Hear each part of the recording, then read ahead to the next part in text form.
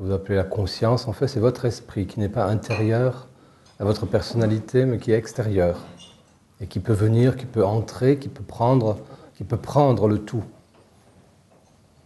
Les émotions, les pensées, le corps physique, l'esprit peut descendre, il peut prendre tout ça. Et la seule façon de favoriser ça, non pas de le provoquer, soit on est dans cet état ou on n'y est pas. Et si on n'y est pas, on peut le favoriser. Et favoriser, ce sont tous les exercices qui petit à petit permettent à la personnalité et à tout ce corps de personnalité, et à tous ces petits moi, et à tout ça qu'on prend pour soi habituellement. Les exercices servent à tout ça à entrer en résonance. Et une fois que la résonance est établie, l'esprit descend. Plus facilement, beaucoup plus facilement. Et un jour, les émotions, les pensées et le corps sont tout le temps en résonance. C'est ça ce qu'on appelle l'éveil, ou la libération. On est libéré des autres forces qui emprisonnent et qui endorment et qui provoquent les rêves.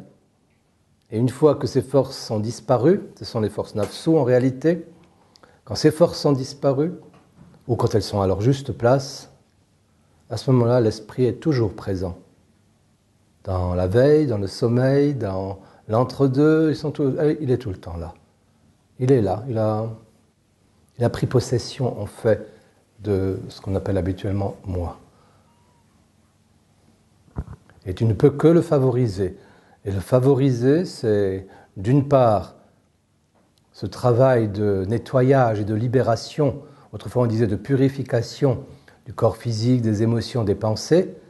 Il s'agit d'un travail de libération, plus que de purification ou de nettoyage. De libération de tout ce qui empêche d'entrer en résonance avec l'esprit. Ça, c'est la chose la plus importante. Et ce travail se fait à travers les exercices, à travers les attitudes nobles et à travers certaines attitudes physiques et certains comportements physiques et certains exercices physiques, évidemment, qui favorisent.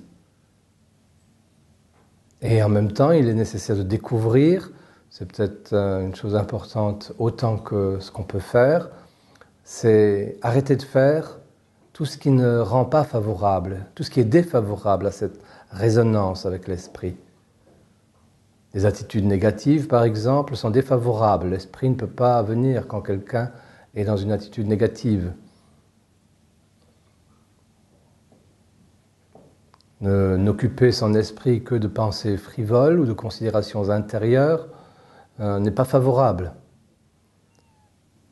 Mais être dans la joie ou être dans la gratitude ou être dans la sérénité, dans le calme, être en amour, être en amitié, être en affection avec les autres, ça c'est favorable. Là, la clarté vient. En fait, l'esprit vient. Parce qu'il reconnaît il est en résonance avec sa propre nature. Et sa nature, c'est cet amour, cette compassion, cette sérénité, cette joie. C'est pour ça qu'il faut les cultiver, même à partir de la personnalité. Il faut les cultiver. Alors la clarté vient, l'esprit vient. Parce qu'il est chez lui, il est ça. Et tout le reste, tout ce qui va à l'encontre du calme, de la sérénité, tout ce qui va à l'encontre de la joie, tout ce qui va à l'encontre de la compassion, de l'amour, tout ce qui va à l'encontre de ça, tout ce qui est conflictuel, tout ce qui est séparation, tout ce qui est critique, tout ce qui est jugement, tout ce qui est tristesse et considération intérieure, tout ça est défavorable. Et donc ça fait fuir l'esprit et la clarté. Et la clarté. Souvent les gens pensent qu'ils peuvent être clairs tout en étant dans une forme de négativité émotionnelle ou de la pensée. Non, on ne peut pas être clair comme ça. Toute forme d'attitude non noble rend la pensée étroite, étriquée. Techniquement, elle peut être parfaitement au point, mais elle est harimanienne et étriquée quand même, parce qu'elle ne voit qu'une partie du monde. Même la pensée ne peut être vraiment claire qu'à partir d'un état d'être qui est positif, à partir d'émotions qui sont le calme, la sérénité, la joie et l'acceptation ou l'amour des autres ou la compassion. Je pense qu'il est extrêmement important d'arriver à comprendre un jour cet aspect souvent répété.